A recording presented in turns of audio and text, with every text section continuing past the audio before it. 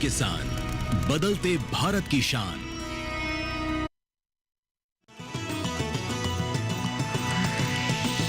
DD किसान, बदलते भारत की शान।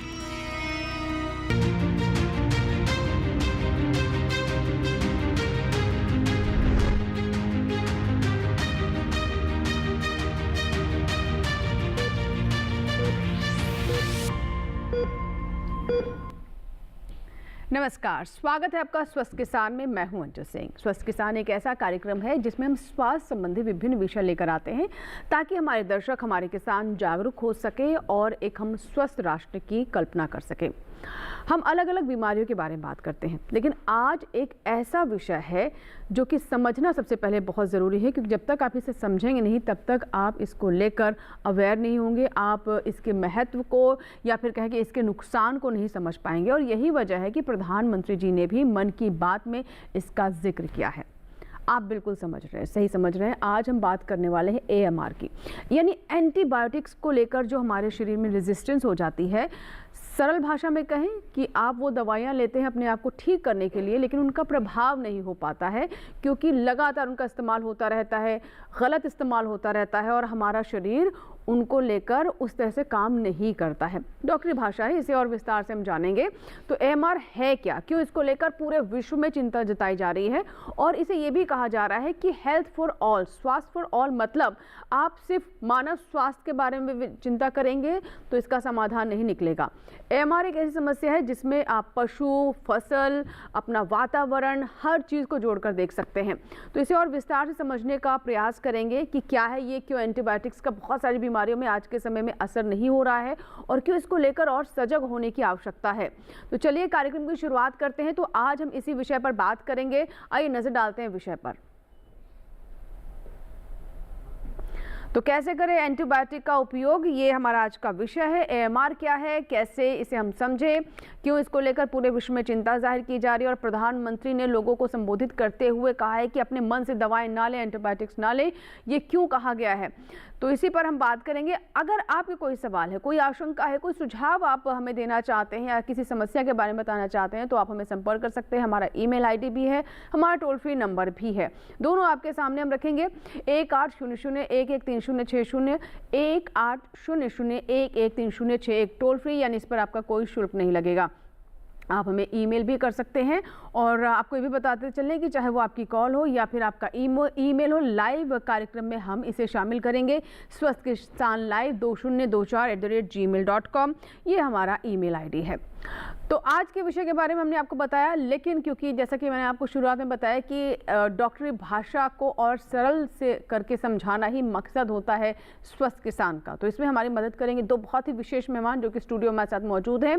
आइए उनसे आपकी मुलाकात करवा देते हैं। हमारे साथ डॉक्टर रेणु गुप्ता है, वरिष्ठ प्रोफेसर, माइक्रोबायोलॉजी विभाग, मानव व्यवहार और संबंध विज्ञान संस्थान, दिल्ली से। डॉक्टर रेणु, बहुत बहुत स्वागत है आपका कार्यक्रम में। और हमारे साथ डॉक्टर सोनल सक्सेना है, विभाग अध्यक्ष, माइक्रोबायोलॉजी विभाग, मौलाना आज़ाद मेडिकल कॉलेज, दिल्ली से। मैम, आपका भी बहुत बहुत स्वागत है कार्यक्रम में। तो दो बहुत ही वरिष्ठ मेहमान हमारे साथ हैं जो कि आज के विषय को हमें और बेहतर तरीके से समझाएंगे। आज हम किसी बीमारी के ट्रीटमेंट की बात नहीं कर रहे हैं, बल्कि उस वजह की बात कर रहे हैं जिसकी वजह से कई बार ट्रीटमेंट अब फेल हो रहे हैं। इसीलिए अभी सजग रहने की आवश्यकता है। बातचीत की शुरुआत करते हैं। तो मैम, सबसे पहले मैं आपसे ये समझूंगी कि AMR क्या है और किस तरह से ये हमारे शरीर में जो प्रतिरोधक क्षमता है उसको प्रभावित करती है। लेकिन उससे पहले एक रिपोर्ट हमने तैयार की है, आइए वो देख लेते हैं।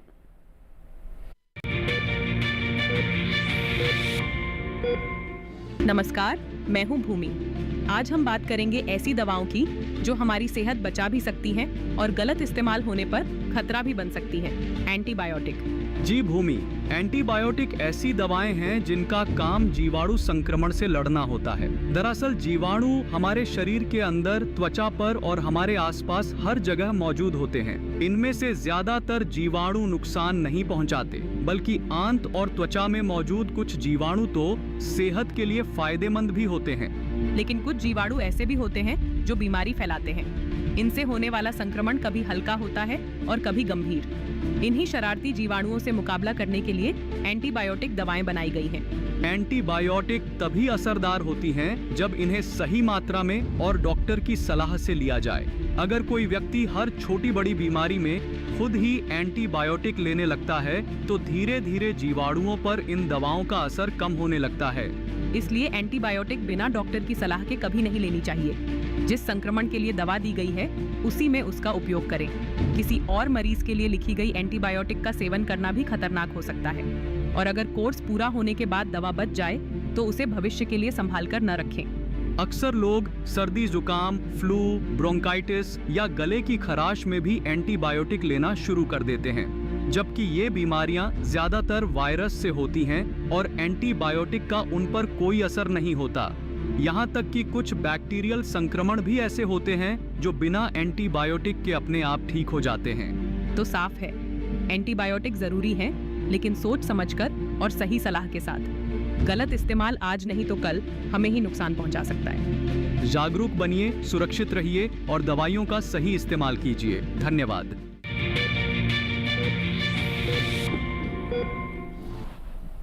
जागरूक रहिए, सजग रहिए और दवाओं का सही इस्तेमाल कीजिए, लेकिन आप खुद नहीं, विशेषज्ञ की सलाह के बाद ही, डॉक्टर से परामर्श करने के बाद ही, यही एक मुख्य बात है आज के विषय की। चलिए बातचीत की शुरुआत करते हैं और सबसे पहले डॉक्टर रेणु, मैं आपसे समझना चाहूँगी, जैसा कि प्रधानमंत्री जी ने भी मन की बात में कहा कि जो एंटीबायोटिक्स को लेकर के एक बहुत ही वैसा माहौल है, जिसे कुछ होता है तुरंत जाता है ओवर द काउंटर खरीद कर उसे खा लेता है, लेकिन उसे ये नहीं पता चल रहा है कि भविष्य की पीढ़ियों के लिए भी वो एक नुकसान पैदा कर रहा है। इस विषय को कैसे समझा जाए, क्योंकि लगातार इस शब्द को हम सुन रहे हैं जब से पीएम ने कहा। अंजू जी, आपने ये एक बहुत ही इम्पॉर्टेंट मुद्दा उठाया है। हम पहले इसकी बात करें कि हम लोग बेमतलब में दवाई खा रहे हैं। सबसे पहले ये इम्पॉर्टेंट है समझना कि ये एंटीबायोटिक रेजिस्टेंस है क्या, इसका मतलब क्या होता है, क्योंकि आप सबने ये वर्ड अभी सुना है, अभी अभी ये नया नया आया है एंटीबायोटिक रेजिस्टेंस। आपको ये समझने की ज़रूरत है कि कुछ बीमारियां ऐसी होती हैं जो संक्रमण होती हैं और कुछ बीमारियां जैसे आपकी डायबिटीज़ है, हाइपरटेंशन है, ब्लड प्रेशर की बीमारी हो गई, कैंसर हो गया, ये संक्रमित रोग नहीं है। जी जी। तो जो संक्रमित रोग होते हैं इसका मतलब है कि वो किसी जीवाणु से हो रहे हैं, जैसे कि आपका बैक्टीरिया हुआ, वायरस हुआ, कई बार फफूंदी जिसको हम फंगस बोलते हैं उससे हुआ। नॉर्मली जो दवाएं हम इन रोगों को मारने के लिए लेते हैं उनको हम एंटीबायोटिक्स बोलते हैं। तो ये एंटीबायोटिक्स हमारे शरीर में किसी कोशिका पे, किसी सेल पे नहीं असर कर रही हैं, ये इस जीवाणु को मार रही हैं। लेकिन देखिए, जीने का सबको हक है, हर कोई इस दुनिया में जीने के लिए आया है। तो अगर हम किसी को जबरदस्ती तंग करते हैं तो ये जो जीवाणु है ये प्रतिरोध उत्पन्न करते हैं, ये रेजिस्टेंस हो जाते हैं और धीरे धीरे हमें इसको एंटीबायोटिक रेजिस्टेंस बोलने लग जाते हैं। तो एंटीबायोटिक रेजिस्टेंस का मतलब यही होता है कि हमारी एंटीबायोटिक्स अब इन बैक्टीरिया, इन जीवाणुओं के ऊपर काम नहीं कर पा रही। जी जी, जो हम AMR जिसे हम कह रहे हैं। सबसे इम्पोर्टेंट यही बात समझने की है कि एंटीबायोटिक रेजिस्टेंस है क्या। ये हमारी शरीर की कोई बीमारी नहीं है, हमारा शरीर बिल्कुल ठीक है। परेशानी यही है जो ये दवाएं हैं अब ये इन जीवाणुओं के ऊपर काम नहीं कर रही हैं और यह एक बहुत ही गंभीर विषय है। इसीलिए प्राइम मिनिस्टर नरेंद्र मोदी ने अपनी मन की बात में इस मुद्दे को उठाया था। जी जी बिल्कुल। डॉक्टर सोनल, मैं आपसे अब जानना चाहूँगी कि जो हम बात कर रहे हैं AMR की, इसमें कुछ ख़ास तरह की जो समस्याएं जैसे यूरिनरी इन्फेक्शंस होते थे और कुछ जो हमारे कोल्ड एंड कफ से जुड़ी हुई दवाएं थी, उनमें कह रहे हैं कि उस पर उस तरह से प्रभाव नहीं हो रहा है। लेकिन क्या हम ह्यूमन हेल्थ को आइसोलेशन में देख सकते हैं जब हम AMR की बात करते हैं? क्योंकि जो विश्व स्तर पर हम बात करें तो कहते हैं कि हेल्थ फॉर एवरीवन टोटलिटी में एक कॉम्प्रिहेंसिव सब्जेक्ट की तरह देखा जाता है। तो ये AMR कैसे जुड़ा हुआ है पशुओं से भी, हमारी फसलों से भी, हमारे इन्वायरमेंट से भी? देखिए, एंटीबायोटिक्स का प्रयोग सिर्फ इंसानों के लिए नहीं होता, बीमारियां जानवरों में भी होती हैं और कुछ हद तक एग्रीकल्चर या फार्मिंग या कृषि में भी दवाइयों का इस्तेमाल किया जाता है। जैसे सेब के बागानों में फफूंदी के अगेंस्ट ये इन ड्रग्स का इस्तेमाल होता है। और जब जानवरों के उनके खाने में, चारे में उनका वज़न बढ़ाने के लिए उनकी ताकि वो बीमार ना हो, झुंड में एक दूसरे को बीमार ना करें, इसलिए भी उनको एंटीबायोटिक दी जाती है। अब ये सारी एंटीबायोटिक कहाँ जाएंगी? ये सारी जानवर से बाहर आएंगी, पानी में जाएंगी, मिट्टी में जाएंगी, खाद बन जाएगी, खाद के थ्रू फिर से वापस पानी में जाएगी। तो ये धीरे धीरे उन जानवरों को, उन मवेशियों को, छोटे छोटे जानवरों को में भी ये एंटीबायोटिक चली जाएगी, इंसान के पानी में भी आएगी। तो धीरे धीरे ये जो हमारे शरीर के अंदर बहुत सारे ऐसे बैक्टीरिया और ऐसे जीवाणु होते हैं जो हमारे लिए बहुत मेहनत करते हैं, हमारे लिए बी कॉम्प्लेक्स बनाते हैं, दूसरे बैक्टीरिया को घुसने नहीं देते हैं। वो हमारी आर्मी है, फौज है वो हमारे अंदर शरीर की, जो प्रतिरोधक क्षमता रखती है बीमारियों से लड़ने के लिए। जब ये एंटीबायोटिक उसके थ्रू हमारे शरीर में पहुंचता है, चाहे हमने ना लिया हो, तब भी थोड़ा बहुत एंटीबायोटिक जाता है, तो वो फौज जो है ना हमारी धीरे धीरे कम होने लगती है। और उससे ये होता है कि जब कोई और जो कीटाणु हमारे शरीर में बीमारी पैदा करने वाला है वो घुसता है, तो वो बड़े आराम से बीमारी कर सकता है, बिकॉज हमारी फौज तो हमने खुद ही मार दी। और इससे बड़ी प्रॉब्लम तब हो जाती है कि जो ओवर द काउंटर एंटीबायोटिक्स मिलते हैं या लोग खुद ले लेते हैं, ये मेरे भाई को दी थी बची हुई, मैंने अब ले ली क्योंकि मुझे भी लग रहा था ये सेम इन्फेक्शन है। जी जी बिल्कुल बिल्कुल। और कई बार ये नहीं पता होता कि फंगल इन्फेक्शन बैक्टीरियल है और आप फंगल की दवाई ले रहे हैं। बहुत ज्यादातर जुकाम वगैरह सब वायरल ही होते हैं, लेकिन फिर भी लोग ले रहे हैं। जी जी बिल्कुल। एक दर्शक हैं जिन्होंने मैं शिमला से कॉल किया है, अनिल जी हैं, आइए बात करते हैं। हेलो, माफ कीजिएगा, राकेश जी है। हाँ जी, राकेश जी शिमला से हमारे साथ है। जी सर बताइए क्या समस्या है? जी, मेरा एक प्रश्न ये है, जैसे कई बार जो है हम मरीज क्या करते हैं, अमरजेंसी दवाई खाते हैं, कई बार का दर्द की दवाई खाते हैं और कई बार अमरजेंसी खाने खाते हैं, इससे हमें किस तरह से बच सकते हैं? राकेश जी आपका सवाल समझ नहीं आ रहा है, आपकी आवाज़ बहुत डिस्टर्ब्ड आ रही है। हेलो, हाँ जी बताएं। हाँ बोलिए। जी, मेरा ये सवाल है कि कई बार हम जो है इमरजेंसी में जो है एंटीबायोटिक देते हैं दवा, और कई बार खासकर में दांत की दर्द की, तो अगर हम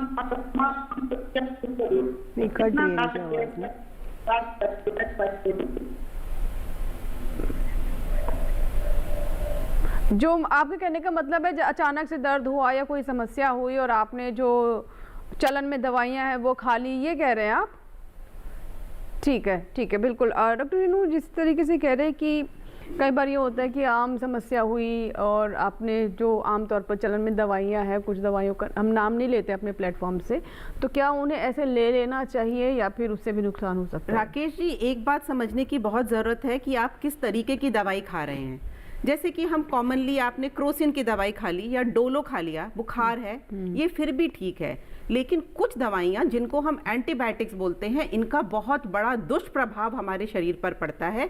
तो हम कुछ दवाइयों के लिए बहुत ज़्यादा कहना चाहते हैं कि वो आप बिना डॉक्टर से पूछे ना लें। अभी हम इस प्रोग्राम में डिस्कस करेंगे आप लोगों से कि कौन सी दवाइयाँ हमें बिल्कुल भी बिना डॉक्टर के परामर्श के बिना नहीं लेनी चाहिए। एंटीबायोटिक्स आपको जैसा डॉक्टर सोनल ने बताया, ये अच्छे और बुरे कीटाणु दोनों को मार देती है। तो हमारी बॉडी में ज़्यादातर अच्छे कीटाणु हैं, अच्छे जीवाणु हैं जिन्हें हमें नहीं मारना है। तो इस बात का ध्यान रखना है। तो आपको ज़्यादातर दवाइयाँ डॉक्टर से पूछ के लेनी है, लेकिन कभी कभार बुखार में आपने क्रोसिन ली तो चल जाएगा, लेकिन एंटीबायोटिक्स बिल्कुल नहीं लेनी है। जी। डॉक्टर सोनल, अब मैं जानना चाहूँगी कि एमआर से समस्याएं किस किस तरह की पैदा हो रही है? जैसा कि हमने शुरुआत में कहा कि ये कोई बीमारी नहीं है, पहले तो ये बिल्कुल क्लियर कर दें, ये एक ऐसी सिचुएशन पैदा होती जा रही है। तो एमआर जब हम बात करें रेजिस्टेंस पैदा हो रहा है, उससे किस किस तरह की समस्याएं हो रही है? जैसे कि कुछ बीमारियों को मैंने जिक्र भी किया कि यूरिनरी इन्फेक्शंस वगैरह में कह रहे हैं कि उस तरह से फ़ायदा नहीं हो रहा है, कुछ और बीमारियां भी और भी कंडीशंस हैं, मैं इसके बारे में जानना चाहूँगी। देखिए, ऐसा है कि बैक्टीरिया और वायरस का तो काम ही है इन्फेक्शन करना, वो तो संक्रमण करेंगे ही और इंसान बीमार करता ही रहेगा। पिछले कुछ सालों में चिकित्सा पद्धति ने इतनी तरक्की कर ली है कि अब लोगों के ट्रांसप्लांट हो जाते हैं, तीसरे दिन वो घर आ जाते हैं, सारी दवाइयाँ उनको मिलती हैं। ये जितने हमने डेवलपमेंट करे हैं चिकित्सा प्रभाग में और हम बीमारियों का इलाज खोजते जा रहे हैं, ये सब बेकार हो जाएगा अगर इन्फेक्शन से इंसान मरने लगेगा, जो 1940 से पहले होता था, जब अलेक्जेंडर फ्लेमिंग ने पहली एंटीबायोटिक पेनिसिलिन डिस्कवर की थी। और उसका यूज़ किया गया था वर्ल्ड वॉर में। जो सैनिक इन्फेक्शन से मर रहे थे, जिनके सारे घावों में इन्फेक्शन हो रहा था और वो उनसे मर रहे थे, उनके लिए बहुत सारे सैनिकों की ऐसे जान बचाई गई थी। तो आप सोचिए कि हम वापस वहीं पहुंच जाएंगे 1940 से पहले। कोई भी हमारा ऑपरेशन हुआ, सर्जरी हुई, कोई चोट लगी और उसमें जो संक्रमण होगा उसका हम इलाज ही नहीं कर पाएंगे। तो ये इसलिए ये बहुत खतरनाक चीज़ है। और एंटीबायोटिक जो आगे डेवलप हो रही है, हम ये कहते हैं कि भाई नई आ जाएगी, तो नई आती जा रही है, लेकिन अभी आगे 5 से 10 साल के अंदर बिल्कुल और कोई नया कुछ है नहीं। बिल्कुल। और ये देखिए रिसर्च वर्क एक दिन का नहीं होता है, इसमें वर्षों लग जाते हैं। और ऐसा भी है कि 10 साल आप रिसर्च करें और वो फेल भी हो जाए, तब जाके आपको एक एंटीबायोटिक मिले और पता लगा वो 1 साल के अंदर अंदर सारे बैक्टीरिया उसको भी रेजिस्टेंट हो गए। बिल्कुल। और तो जिसने रिसर्च किया उसका रिसर्च भी बेकार, जो बेच रहा है उसका भी बेकार, और वो काम ही नहीं कर रही। जी जी। एक कॉलर है, आइए उनसे बात करते हैं। हेलो, बिस्मिल्लाह खान जी हमारे साथ हैं। बिस्मिल्लाह खान जी महाराष्ट्र से। जी सर बताएं, स्वागत है आपका स्वस्थ किसान में। बताइए सवाल क्या है। मैडम मुझे एसिडिटी होती है और मुझे एसिडिटी होने के बाद में सर दुखता है जी, तो मैं उसके लिए एसिडिटी की गोली लेता हूँ और सर दुखने की गोली लेता हूँ। ठीक है, तो उससे कुछ साइड इफेक्ट हो सकते क्या? अच्छा, पहले तो बात ये है कि साइड इफेक्ट, और दूसरा कि जो हमारा आज का विषय है। तो मैं डॉक्टर रेनू, मैं ये भी चाहूँगी कि थोड़ा दर्शकों को समझाएं कि हम बेसिकली बात क्या कर रहे हैं, कि हर एक दवा एंटीबायोटिक नहीं होती है। इस पर भी हम आएंगे, लेकिन फिलहाल एक छोटा सा हमें ब्रेक लेना होगा। और जो हमारे दर्शक थे उनका सवाल ये था कि जो एसिडिटी की या फिर ऐसी दवाएं लेते हैं, क्या उससे भी नुकसान हो सकता है, क्या वो भी रेजिस्टेंस पैदा कर सकती हैं? तो हम समझेंगे इसको और विस्तार से। छोटा सा हम ब्रेक लेते हैं, कहीं मत जाइएगा, देखते रहे स्वस्थ के साथ।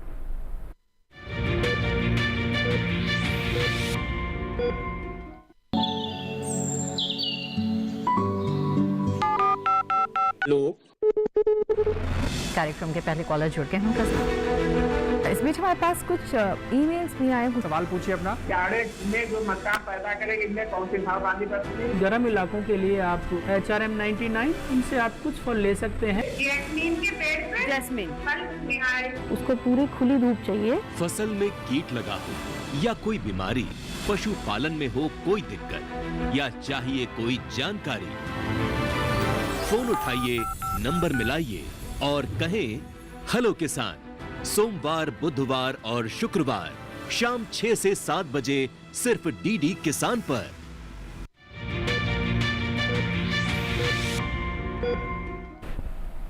ब्रेक के बाद एक बार फिर आपका स्वागत है। आप देख रहे हैं स्वस्थ किसान। आज हम बहुत ही महत्वपूर्ण विषय पर बात कर रहे हैं, जिसका जिक्र अपने कार्यक्रम मन की बात में माननीय प्रधानमंत्री जी ने भी किया है।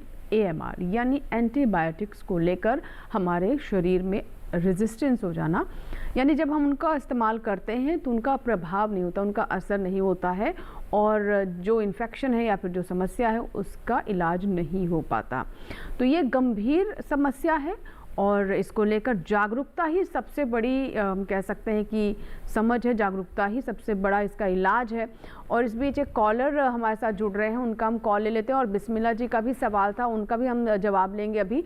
हेलो, नंद स्वरूप मिश्रा जी है। जी सर बताएं। नमस्कार, स्वागत है आपका स्वस्थ किसान में, क्या सवाल है? हाँ नमस्कार। मैं जानना ये चाहता हूँ जो एंटीबायोटिक है ये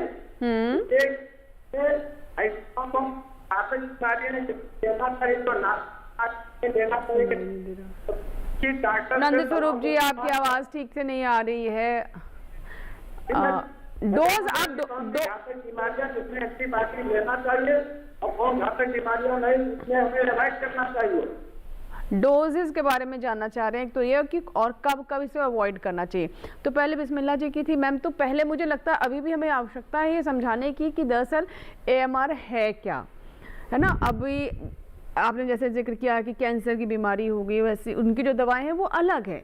जो हमें इन्फेक्शन से होती है, इन्फेक्शन मतलब संक्रमण हो गया, वो वाली बीमारियां अलग हो जाती हैं उनमें। तो मैम थोड़ा सा समझाइए, और हमारे दोनों दर्शकों के सवाल भी थे।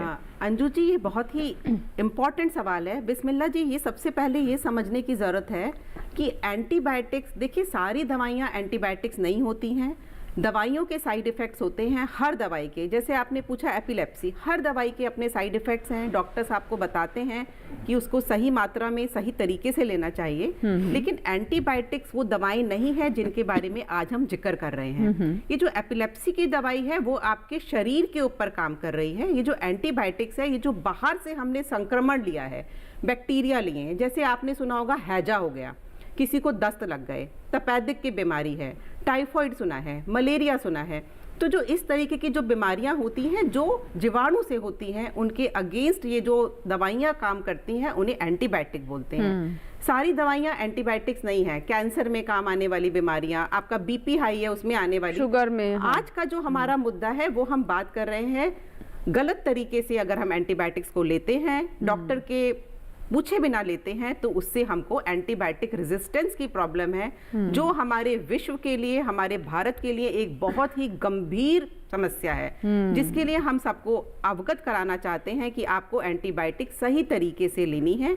अभी हम आगे के प्रोग्राम में ये डिस्कस करेंगे कि यह सही तरीका क्या है। जी जी। तो आप बाकी दवाइयों से इसको ना मिक्स करें। और जहां तक कि आपने डोज की बात करी, किस बीमारी के लिए कितनी डोज चाहिए ये आपके डॉक्टर आपको बता पाएंगे। डोज आपको हमेशा, चाहे वो बीमारी संक्रमित हो या बिना संक्रमण की हो, डोज कितनी खुराक लेनी है ये आपको अपने डॉक्टर से, क्योंकि आपका बॉडी का कितना वेट है, आपकी और कौन कौन सी बीमारियां हैं, आपकी किडनी कैसा काम कर रही है, वो सब देख के आपका डॉक्टर आपको डोज देता है।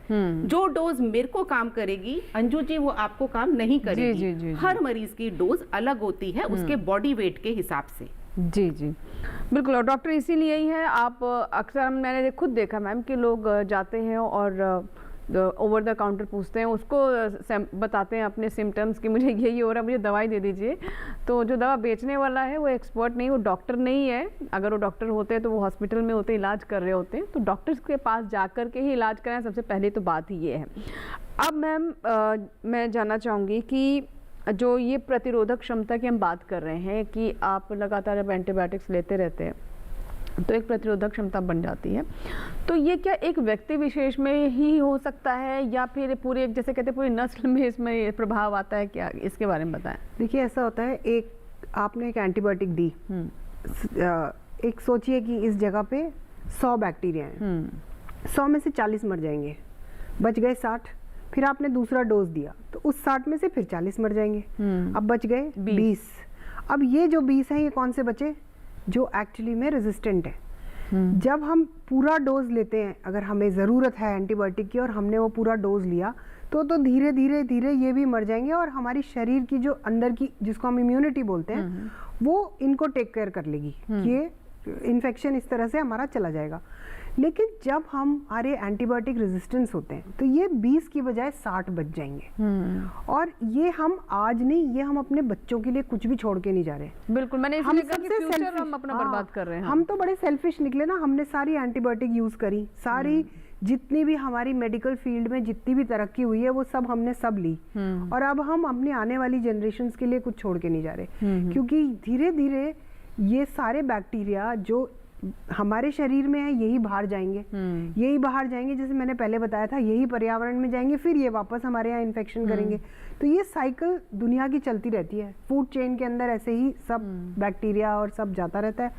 और इसी वजह से आगे आने वाले इन्फेक्शंस में ये एंटीबायोटिक काम नहीं करेगी। और कम डोज देने से यही होता है कि जो ये बैक्टीरिया कम डोज या कम लेने की वजह से पनपते जाते हैं, ये फिर बढ़ते जाते हैं। हाँ जी, 20 मिनट में एक बैक्टीरिया डबल हो जाता है। तो आप सोचिए अगर 1 लाख बैक्टीरिया है तो 20 मिनट में वो हो गए 2 लाख, अगले 40 मिनट में 2 के हो गए 4। तो आप सोचिए कितनी जल्दी जल्दी ये बैक्टीरिया बढ़ रहा है और ये जो इन्फेक्शन है वो काबू नहीं आएगा। बिल्कुल। एक मैम एक टेंडेंसी हमारी ये भी है कि जब हम एंटीबायोटिक्स को लेते हैं तो कहा जाता है कि उसका कोर्स आप पूरा कीजिए, जो भी आपका 5-7 डेज का कोर्स है ऊपर उसे पूरा कीजिए।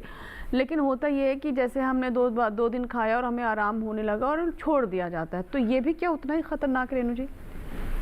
ये बहुत ही ज़्यादा खतरनाक है। जैसे अभी डॉक्टर सोनल ने बताया कि आपने आधे बैक्टीरिया को मार दिया, अब आपकी बॉडी को अच्छा लग रहा है, आधा लोड कम हो गया, आपको लग रहा है मेरी तबीयत ठीक है, अब मुझे बुखार नहीं है, अब मैं दवाई छोड़ देता हूँ। लेकिन जैसे मैडम ने बताया था, अभी आपके अंदर 50% या 20% बैक्टीरिया बच गए हैं। आपने 3 दिन की दवाई ले ली, जैसे ही आपने दवाई रोकी, इन 20% बैक्टीरिया को मजा आ गया कि चलो दवाई रुक गई। वो बहुत जल्दी जल्दी मल्टीप्लाई करते हैं। 24 घंटे के अंदर अंदर करोड़ों की संख्या में ये बैक्टीरिया हो जाते हैं, क्योंकि इनको केवल 20 मिनट लगते हैं एक से दुगना होने में।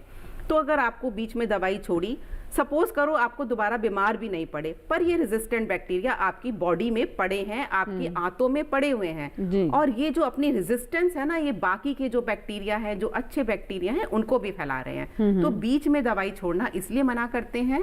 हमेशा जितना डॉक्टर ने बोला है 3 दिन 5 दिन पहले तो हमें एंटीबायोटिक शुरू नहीं करनी है। अगर हमने शुरू करी है तो उनकी डोज जितना बोला है, सुबह दोपहर शाम, तो सुबह दोपहर शाम, आधी गोली करके नहीं लेना, पूरी गोली लेना है, जितनी मात्रा में बोला है उतना लेना है। और अगर 3 दिन के लिए बोला है तो 3 दिन के लिए खुराक पूरा करना बहुत ही ज्यादा जरूरी है। जी मैम, एक मेरे पास ये व्हाट्सएप ईमेल आया है, ये दिनेश सिंह है मुजफ्फरपुर बिहार से, और कह रहे हैं please give an idea of classification of medicine so that AMR maybe we can understand it better. तो हालांकि आपने काफ़ी बातें बताई हैं, डॉक्टर सोनल आप कुछ और इसमें ऐड करना चाहेंगी? देखिए ऐसा है, अलग अलग तरीके के एंटीबायोटिक्स जो यूज़ में आते हैं जी। अगर हम इसको बहुत आसानी से समझने की कोशिश करें तो कुछ ऐसे हैं जो सिर्फ इंजेक्शन से दिए जाते हैं, और कुछ ऐसे हैं जिनकी टैबलेट्स और कैप्सूल्स होती हैं आम आदमी के लिए अगर हम बात करें, और बाकी वो उस हिसाब से होते हैं कि वो बैक्टीरिया को किस तरह मारते हैं। कुछ हैं जो उनकी आउटर कवरिंग को मारते हैं, कुछ हैं जो उनके अंदर जाके उन्हें मारते हैं। तो ये एक टेक्निकल क्लासिफिकेशन है जो एक समझना एक छोटी सी उसमें बहुत मुश्किल है, बट अगर हम दूर दूर से समझें तो सबसे बड़ी बात यह है कि जो एंटीबायोटिक्स हमें टैबलेट या कैप्सूल के फॉर्म में मिलती हैं वो सबसे ज़्यादा मिसयूज़ होती हैं। और स्पेशली जैसे ज़ुकाम है, दस्त है, एक लूज मोशन हुआ, एक एंटीबायोटिक खा ली, सो इससे कुछ वो नहीं हो रहा, अच्छे बैक्टीरिया तो मर गए बड़ी जल्दी, और वो जो बुरे हैं वो अपना पार्टी मना के फिर शुरू हो गए थोड़े टाइम के बाद कि अरे हो गया। तो ये जो क्लासिफिकेशन वो बोल रहे हैं, लेकिन जैसे एम्पेसिलिन है, ये सबसे ज़्यादा ओरली लोग खाते हैं, या एक दवाई होती है ओफ्लॉक्सिसिन या सिप्रोफ्लॉक्सिसिन जो लोग डायरिया में, लूज मोशंस में बहुत खाते हैं। तो इनका कोई रोल ही नहीं है, कोई मतलब कोई ट्रीटमेंट है नहीं, अनलेस कि हाँ अगर डॉक्टर को लगता है कि यस इसमें मेरे को ये हैजा है या इसमें मेरे को देनी है, या खून आ रहा है दस्त के साथ, मुझे इसमें एंटीबायोटिक देनी है, वो एक डॉक्टर ही डिसाइड कर सकता है। चलिए एक कॉलर है, आइए बात करते हैं। विपिन है मध्य प्रदेश के सागर से। विपिन जी बताइए क्या सवाल है आपका? जी नमस्ते मैम। नमस्कार विपिन जी, बताएं। मैम मेरे 2-3 सवाल थे। पहला ये जानना चाहा था कि जो ज्यादातर लोग देखा जाता है कि पेन किलर खुद से जाके खरीदते हैं, जो दर्द की दवाएं होती हैं, तो क्या ये एंटीबायोटिक होती हैं? नहीं समझ आया विपिन जी, क्या बोल रहे हैं? एक बार कह रहे हैं पेन किलर्स। पेन किलर्स, अच्छा ठीक है, हाँ जी। तो वही दूसरा सवाल है कि कई बार डॉक्टर ही लिखते हैं कि आपको इतने महीने एंटीबायोटिक लेनी होगी, तो क्या वो सही है? और तीसरा सवाल ये था कि अगर मजबूर है ही तो कौन सी समस्या में एंटीबायोटिक मरीज ले सकता है अगर डॉक्टर नहीं मिल पाते हैं तो? 3 सवाल है। पहला तो इनका पेन किलर वाला था, दूसरा कि वो एंटीबायोटिक्स डॉक्टर जब लिखते हैं, ये कुछ दूसरा सवाल था उनका, और तीसरा सवाल क्या था आपका? कि अगर डॉक्टर नहीं मिले तो हम तो क्या आप करें? खुद से क्या खा लें? अच्छा ठीक है विपिन जी, मैं अंजू जी इसका आंसर देती हूँ। विपिन जी, पहले भी डिस्कस किया आपसे, आपको ये बात समझने की ज़रूरत है, सारी दवाइयाँ एंटीबायोटिक नहीं होती, बुखार की दवाई एंटीबायोटिक नहीं होती, एंटीबायोटिक्स आप कभी भी बिना डॉक्टर से पूछे नहीं खाएंगे। अच्छा मैम, मैं चाहती हूँ एक बार बता दीजिए किस किस चीज़ में एंटीबायोटिक्स यूज होते हैं। जैसे कि देखिए क्या होता है, जैसे आपको सर में दर्द है तो आपने सर दर्द की दवाई खाई, किसी ने बोला अभी हमें एपिलेप्सी है तो एपिलेप्सी की दवाई खाई। जो बीमारियां संक्रमण से होती हैं, संक्रमण होता है गंदा पानी पी लिया, मैंने गोलगप्पे खाए सड़क पर जाके तो मुझे इन्फेक्शन हो गया। ज़्यादातर या मैं किसी नज़ले जुकाम वाले मरीज के पास बैठी थी, मैंने नज़ला जुकाम पकड़ लिया, तो जो इस तरीके की बीमारियां होती हैं ये संक्रमण से होती हैं। कई बार हम बोलते हैं ना कि हमें टीबी की बीमारी हो गई, वो एक संक्रमित रोग है। तो जब हम दवाइयाँ इन संक्रमण को मारने के लिए लेते हैं तो उन्हें हम एंटीबायोटिक बोलते हैं, जो कि इन कीटाणुओं पे एक्ट करती हैं, जो इन माइक्रोब्स को मारती हैं, इन सूक्ष्म जीवों को मारती हैं। जो दवाइयाँ हमारे शरीर पर काम करती हैं, ब्लड प्रेशर की दवाई हमारे शरीर के सेल्स पे काम करती है, उसे एंटीबायोटिक नहीं बोलते। विपिन जी, आप पूछ रहे हैं डॉक्टर नहीं है तो मुझे एंटीबायोटिक लेनी है। देखिए, एंटीबायोटिक हमें अपने आप नहीं लेनी। पहले 100 बात की एक बात है कि एंटीबायोटिक्स आपको खुद से नहीं लेने। हाँ, एक बात समझने की यह है, कुदरत ने हमारे शरीर में बहुत जबरदस्त शक्ति दी है।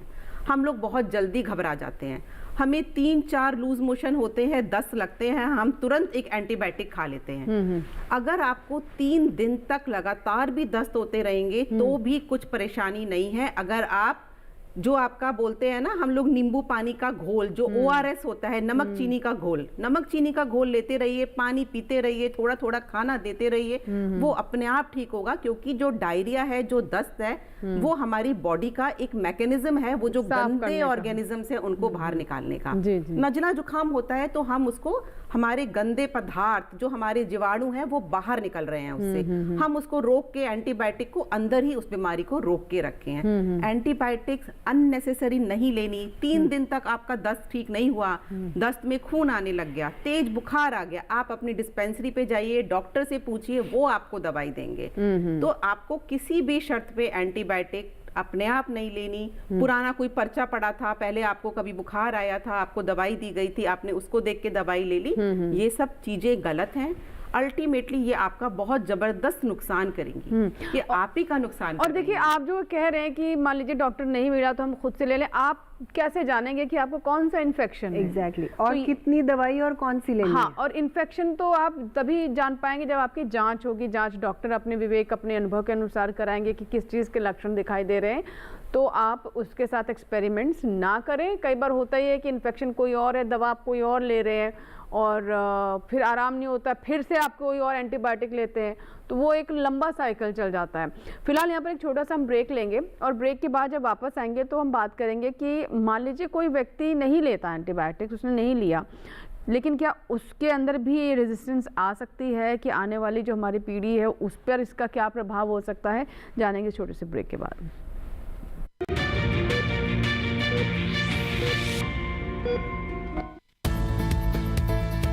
किस फसल की क्या है चाल, किस मंडी का क्या है हाल, उतरते चढ़ते भाव का असर, आयात निर्यात का क्या है असर,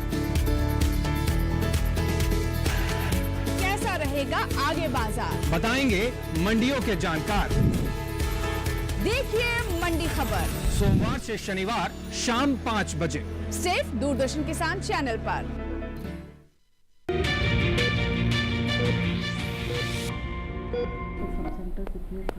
ब्रेक के बाद एक बार फिर आपका स्वागत है। आप देख रहे हैं स्वस्थ किसान। आज हम बात कर रहे हैं MR की, यानी हमारे शरीर में ऐसी स्थिति का बन जाना जब दवाइयों का असर नहीं होता, एंटीबायोटिक्स का असर नहीं होता है, इन्फेक्शन ठीक नहीं होते हैं, और ये होता है बेवजह ज़्यादा एंटीबायोटिक्स के लेने की वजह से। प्रदीप साहू जी हमारे साथ एक दर्शक हैं, आइए उनका हम सवाल लेते हैं। फ़ोन लाइन पर है हमारे साथ प्रदीप जी, स्वागत है। भोपाल से आप हमारे साथ फ़ोन लाइन पर हैं, बताइए क्या सवाल है। मैं ये पूछना चाहता हूँ डॉक्टर से कि दरअसल ये बताइए, आजकल ये चर्चा चारों ओर जोरों पर है कि एंटीबायोटिक्स का जो है वो असर नहीं हो रहा है, एंटीबायोटिक दवाइयाँ कम असर कर रही है, उनका असर धीरे धीरे खत्म हो रहा है। तो इसका क्या कारण है? यदि एंटीबायोटिक्स का असर अभी कम हो रहा है और कुछ समय बाद पूरी तरह से खत्म हो जाएगा, तो फिर इसका ऑप्शन क्या है आपके मेडिकल वर्ल्ड में? जी मैम, कौन जवाब आप देना चाहेंगे? जी डॉक्टर सोनल। पहला सवाल आपका ये है कि एंटीबायोटिक का असर धीरे धीरे कम क्यों हो रहा है, प्रदीप जी। तो हम यही बात कर रहे हैं आज इस प्रोग्राम में कि एंटीबायोटिक का असर कम क्यों हो रहा है, और इसके बहुत सारे कारण हैं। एक सबसे बड़ा कारण यही है कि हमने इसको, जिसे हम कहते हैं इर्रेशनल यूज़, यानी हमने इसको इतना यूज़ किया है कि अब हमारे बैक्टीरिया इससे लड़ने की क्षमता रखते हैं। पहले भी रखते थे पर 100 में से 20 थे, फिर 40 हुए, फिर 80 हुए। अब ये हालत है कि 60 to 70% बैक्टीरिया जो हॉस्पिटलाइज्ड पेशेंट्स या जो एडमिटेड पेशेंट्स हैं उनमें इन्फेक्शंस रेजिस्टेंट आ रही है। तो और हायर एंटीबायोटिक से हम ट्रीट करते हैं, फिर उसको भी रेजिस्टेंट आती है, फिर हम और हायर से ट्रीट करते हैं। अब हमारी प्रॉब्लम ये है कि हो सकता है अगले 5-6 साल में हमारे पास कोई नई एंटीबायोटिक ही ना हो, तो हम इसको कैसे ट्रीट करेंगे। बहुत सारी ऐसी चीज़ें कही जा रही हैं कि इस पे रिसर्च चल रही है, किसी और चीज़ पे भी रिसर्च चल रही है कि ये यूज़ होगा, लेकिन एंटीबायोटिक्स और उसके रिसर्च को इंसान तक पहुंचने में, उसके सेफ्टी मार्जिन स्टडी करने में और उसके ऊपर जो रिसर्च है वो होने में बहुत टाइम लगेगा।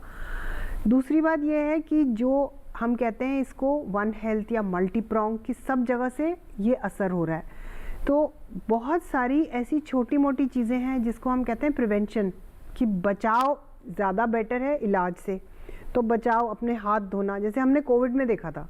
कोविड में हम एज अ माइक्रोबायोलॉजिस्ट हमने ये देखा था कि बाकी इन्फेक्शंस बहुत कम हो गए थे, क्योंकि सबको एक वो था कि मुझे हाथ धोने हैं, हर समय हाथ धोने हैं, लोगों से दूर खड़े होना है, पास नहीं खड़े होना, तो वायरल इन्फेक्शंस एक दूसरे को नहीं पकड़े जा रहे थे, डायरिया वगैरह, लूज मोशंस, ये सब चीज़ें नहीं हो रही थी, दस्त वस्त, क्योंकि लोग हाथ धो के खाना खा रहे थे।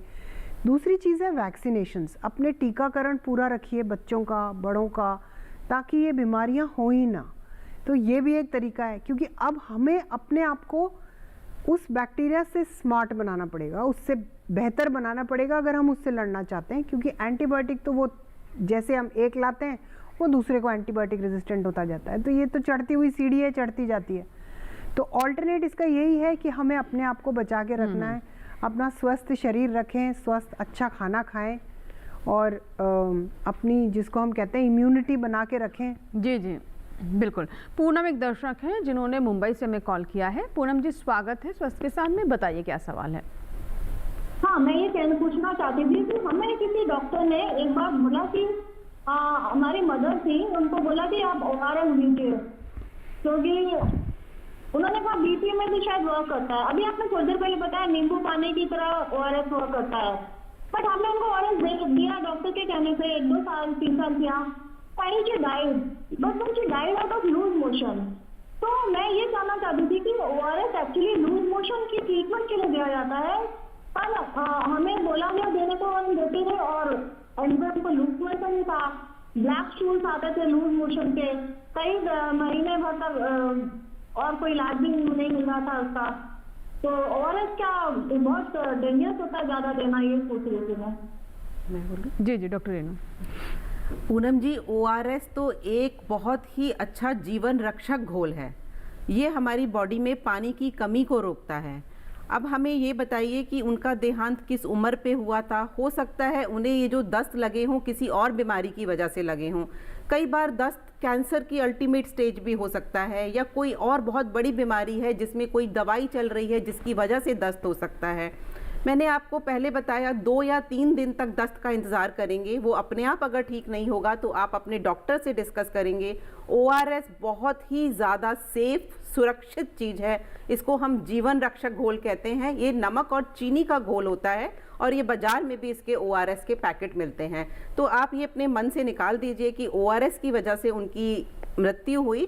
ORS तो बहुत ही फ़ायदे की चीज़ है और इसमें कोई भी मिक्स नहीं है, ये बिल्कुल अच्छा है और सबको दस्त होने पे ये पानी और चीनी में नमक डाल के और लेना बहुत ज़रूरी है। तो आप ये अपने मन से हटा दीजिए कि ORS की वजह से उनकी डेथ हुई, ये नहीं हो सकता, कोई और चीज़ रही होगी उनको साथ में। जी जी। तो मतलब मैम जैसे कि ये भी ना हो कि लगातार आपको दस्त होते जा रहे हैं, 10-10 दिन 15-15 दिन बैठे हैं आप ऐसे बहुत सारी बीमारियों में दस्त ही हो जाता है। जब आपको पता चलेगा, कई बार आपको पता है जैसे कि एड्स हो जाता है जिसको हम HIV बोलते हैं, तब भी दस्त से ही आता है मरीज कई बार हमारे पास।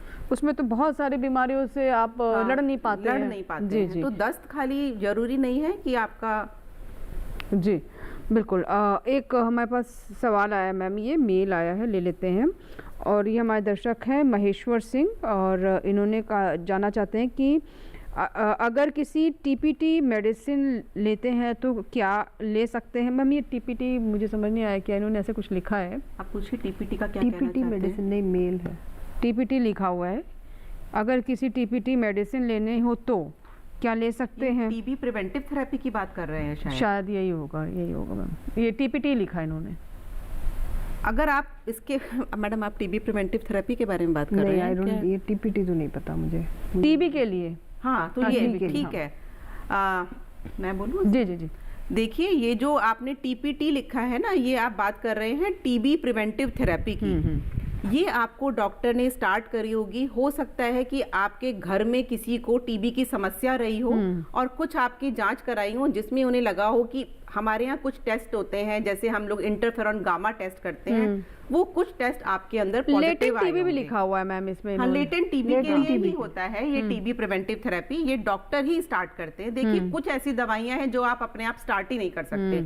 टीबी प्रिवेंटिव थेरेपी हमेशा डॉक्टर की सलाह पे ही दी जाती है और ये आपको कंप्लीट करना बहुत ज्यादा जरूरी है, क्योंकि आप टीबी का संक्रमण नहीं चाहते। जब हमारे घर में किसी को टीबी होता है और हमारे में कुछ ऐसे चीजें दिखने लगती हैं कि लगता है कि हमको भी टीबी हो सकता है, तो उस टाइम में हम टीबी प्रिवेंटिव इसमें भी कई बार रेजिस्टेंस हो जाती है, इस एक तरह की होती है। देखिए, टीबी की रेजिस्टेंस तो आपको पता है कि देश में ये टीबी उन्मूलन बहुत ज्यादा बड़ा प्रोग्राम है। टीबी की रेजिस्टेंस भी बहुत कॉमन है, क्योंकि टीबी की दवाई आराम से मिल रही थी पहले। अब गवर्नमेंट ने बहुत अच्छा टीबी का प्रोग्राम स्टार्ट किया है, जिसमें अब टीबी की दवाइयां केवल आपको उस मरीज को ही खिलाई जाती हैं अंडर डायरेक्ट सुपरविजन। तो टीबी की भी बहुत बड़ी प्रॉब्लम है रेजिस्टेंस की, जिसको लेके ये टीबी उन्मूलन प्रोग्राम बहुत चल रहा है और काफी अच्छे उसके रिजल्ट्स हैं। जी, लखन चौधरी एक और दर्शक है जिन्होंने हमें ईमेल किया है। ये कह रहे हैं कि क्या होम्योपैथी और आयुष जो पद्धति है, जो क्या वो भी मतलब उसका क्या AMR से कोई संबंध है, क्या कोई कंडीशन है? मतलब सवाल है दर्शक। नहीं, वो हमारी परव्यू के बाहर आता है, तो हम कुछ कमेंट नहीं कर सकते उसमें, क्योंकि हम एलोपैथिक डॉक्टर्स हैं दोनों। ये बात लेकिन बिल्कुल सही है। हाँ, लेकिन हो सकता है ऐसा कुछ हो, तो इसके बारे में हम कमेंट ही नहीं कर सकते। जी बिल्कुल। और जैसे मैम, अब मैं ये भी जानना चाहूँगी कि एक हम ये भी कहते हैं कि एंटीबायोटिक लेकर कई लोग जल्दी अपनी उत्पादकता को बढ़ाना चाहते हैं। कई बार आपकी वर्क कंडीशंस ऐसी होती हैं, तो सोचते हैं कि एंटीबायोटिक ले लेते हैं और जल्दी से हम ठीक हो जाएंगे और हम अपने काम में लग जाएंगे। क्या ये भी एक दबाव होता है? बिल्कुल बिल्कुल। जी जी। बहुत कॉमन ये आप देखेंगे कि लोगों को, स्पेशली ये जो जैसे अभी सीज़न है, सर्दी है, खांसी है, ज़ुकाम है, कुछ भी हुआ ना, उनको लगता है कि अरे हमें तो कल ऑफिस जाना है, कल तो कॉलेज जाना है, कल तो स्कूल जाना है, बच्चे को भेजना है, तो आप दवाई दे दीजिए। और इसके लिए आप डॉक्टर को भी प्रेशराइज करते हैं कि आप मेरे को एंटीबायोटिक लिख दीजिए ताकि मैं जल्दी ठीक हो जाऊं। ऐसा होता नहीं है। वो एक पुरानी कहावत है ना, जुकाम का इलाज करेंगे तो 7 दिन में ठीक होगा, नहीं करेंगे तो 1 हफ्ते में ठीक होगा। तो क्योंकि वो होता ही वायरल है। जी जी जी। तो आप उसको बॉडी को अपने आप ठीक करने दीजिए, शरीर को अंदर से शक्ति लाने दीजिए कि वो उसको ठीक कर ले।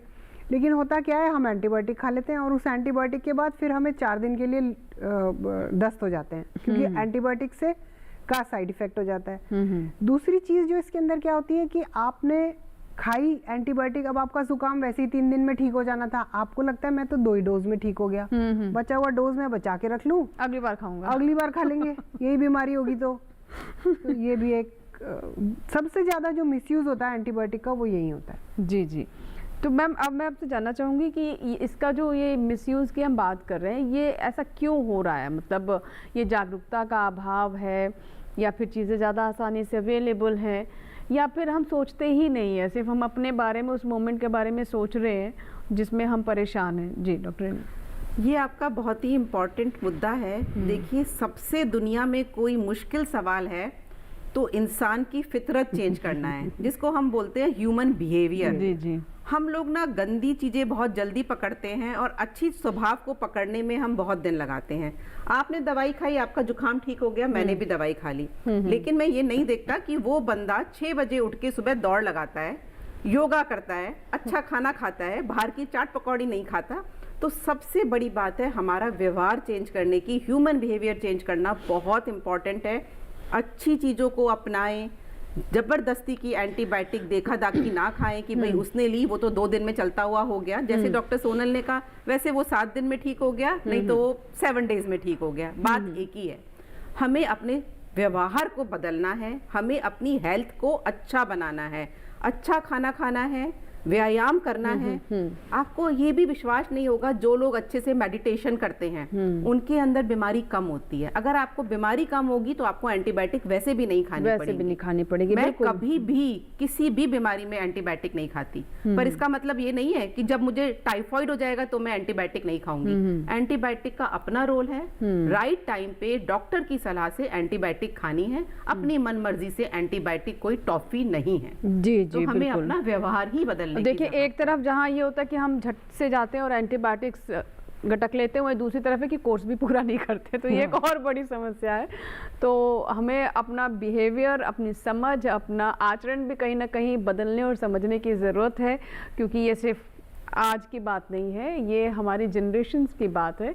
आज जो हम बोएंगे वही वो काटेंगे, जैसे हम कहते भी हैं। और अगर आप चाहते हैं कि आपके बच्चे, और फिर अभी ये कंप्लेन करते हैं कि आज के बच्चे बड़ी जल्दी बीमार पड़ रहे हैं, तो ये इस तरह की चीज़ें ना हो, इसलिए आज का कार्यक्रम जो आप देख रहे हैं इसे सिर्फ देखे नहीं, समझे भी और उसे अंदर अपने समाये भी कि आपको ये नहीं करना है। फिलहाल एक छोटा सा ब्रेक लेंगे, कहीं मत जाइएगा।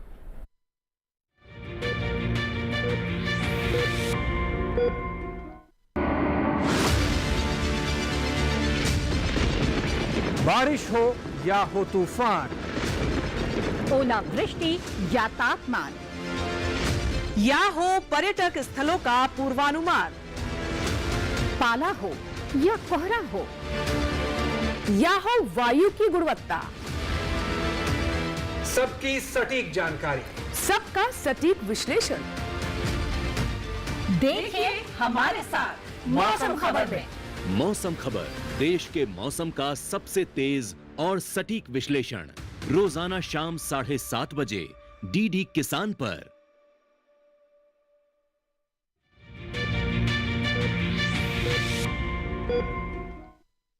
ब्रेक के बाद एक बार फिर आपका स्वागत है स्वस्थ किसान में। आज हम बात कर रहे हैं AMR की, और इससे जुड़ी बहुत सारी बातें हमने आप तक पहुंचाई हैं। बहुत सारे दर्शकों के कॉल भी आए, उससे भी ये पता चला कि कितनी अभी भी जागरूकता का अभाव है हमारे लोगों में, जनता के बीच में AMR को लेकर, एंटीबायोटिक्स के इस्तेमाल को लेकर। और ये अच्छी बात है, यही हमारी मंच की ज़रूरत भी है, यही मंच का मकसद भी है।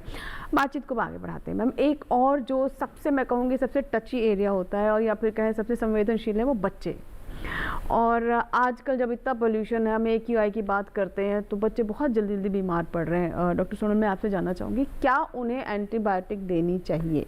कई बार तो मैंने कई पेरेंट्स देखे, वो लड़ जाते हैं डॉक्टर से कि आप एंटीबायोटिक क्यों दे रहे हैं, और कई लड़ जाते हैं कि क्यों नहीं दे रहे हैं। दोनों ही सिचुएशन होते हैं। देखिए, बच्चे थोड़े से स्पेशल होते हैं, क्योंकि बच्चे एक तो बच्चों के साथ ना हम ज़्यादा घबराते हैं, बच्चे नहीं घबराते हैं।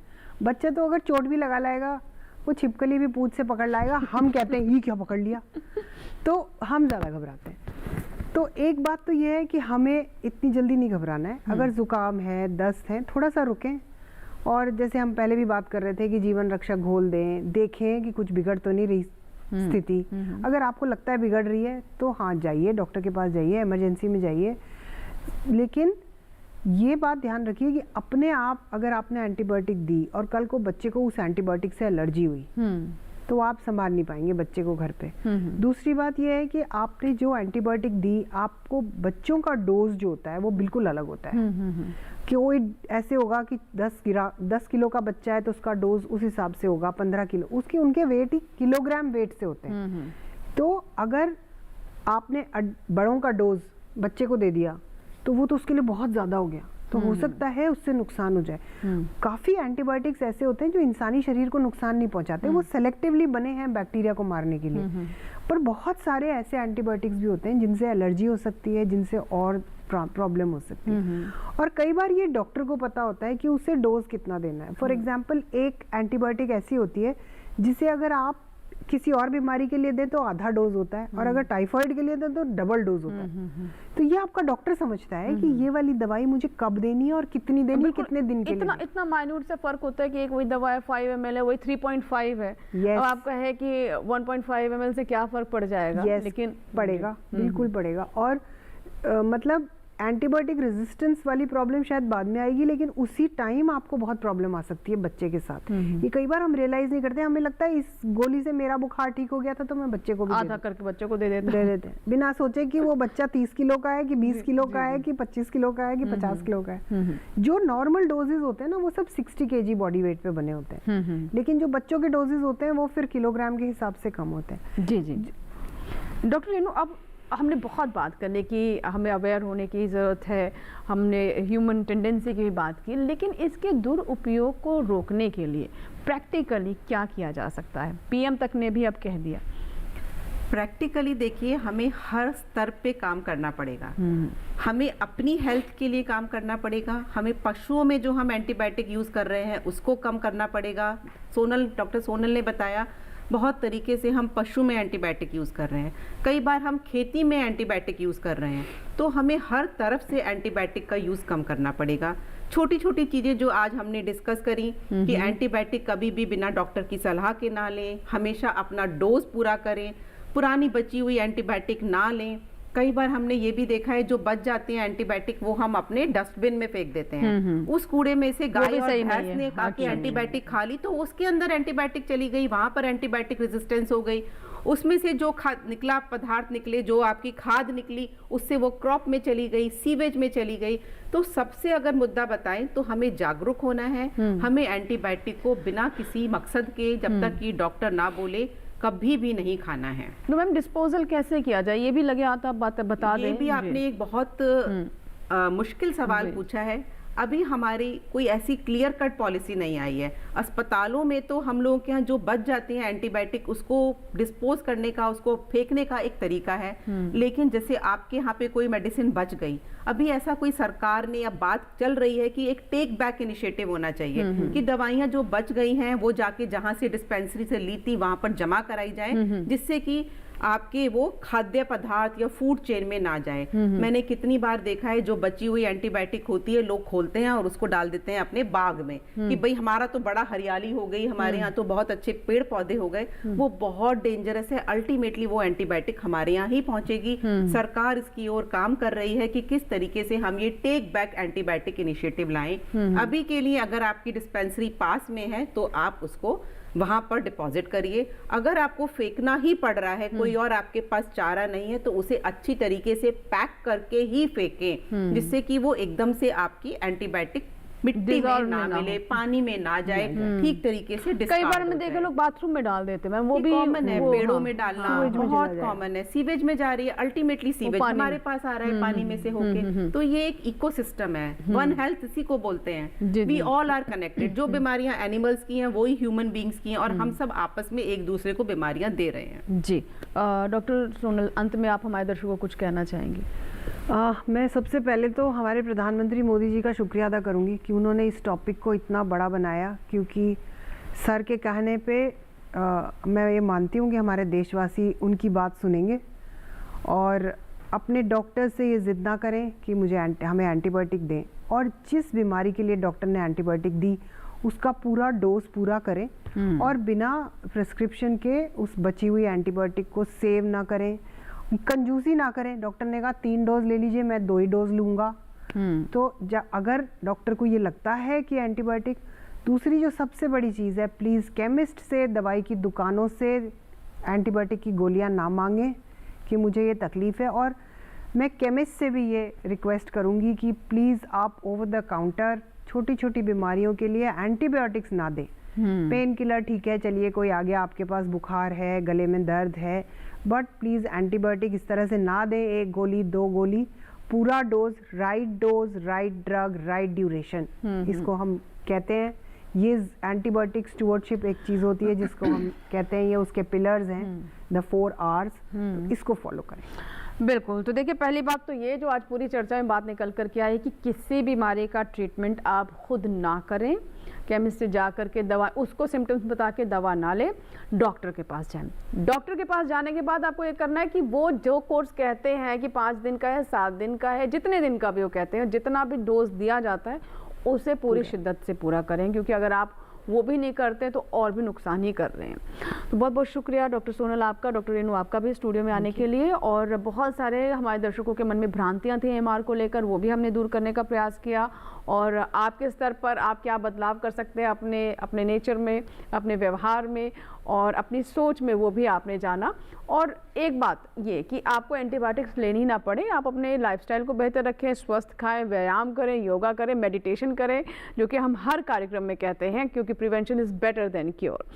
चलते चलते आपको बता दें कि अगर आपके कोई सुझाव हैं या फिर आप चाहते हैं कि किसी और विषय पर भी हम स्वस्थ किसान लेकर आएँ, तो आप हमें जानकारी दें। स्वस्थ किसान पर आप हमें ईमेल कर सकते हैं, स्वस्थ किसान लाइव 2024@gmail.com, ये हमारा ईमेल आईडी है। आप आज के कार्यक्रम को अगर फिर से सुनना चाहते हैं, देखना चाहते हैं, या फिर चाहते हैं कि कोई और भी ये जानकारी प्राप्त करें, तो आप हमारे YouTube चैनल पर जाएं। ये हमारा QR कोड है, स्कैन कीजिए अपने मोबाइल फ़ोन से, सीधा आप हमारे YouTube चैनल पर पहुंच जाएंगे और ज़्यादा से ज़्यादा लोगों तक हमारे कार्यक्रम को पहुंचाने का प्रयास करें। आप भी फिर से देखिए कुछ चीज़ें, अगर आप और बेहतर तरीके से समझना चाहते हैं तो ये सुविधा आपके लिए YouTube पर है। इस कार्यक्रम के बाद भी आप हमारा कार्यक्रम देख सकते हैं। फिलहाल इसी के साथ ही इजाज़त लेंगे आपसे। हमें पूरी आशा है कि पीएम ने जो हमारी बात कही है वो लोग ज़रूर बहुत गंभीरता से लेंगे। एंटीबायोटिक बिना मन के भी ना लें और जो डॉक्टर कहें वही करें, इस बात का ज़रूर ध्यान रखें। फिलहाल नमस्कार।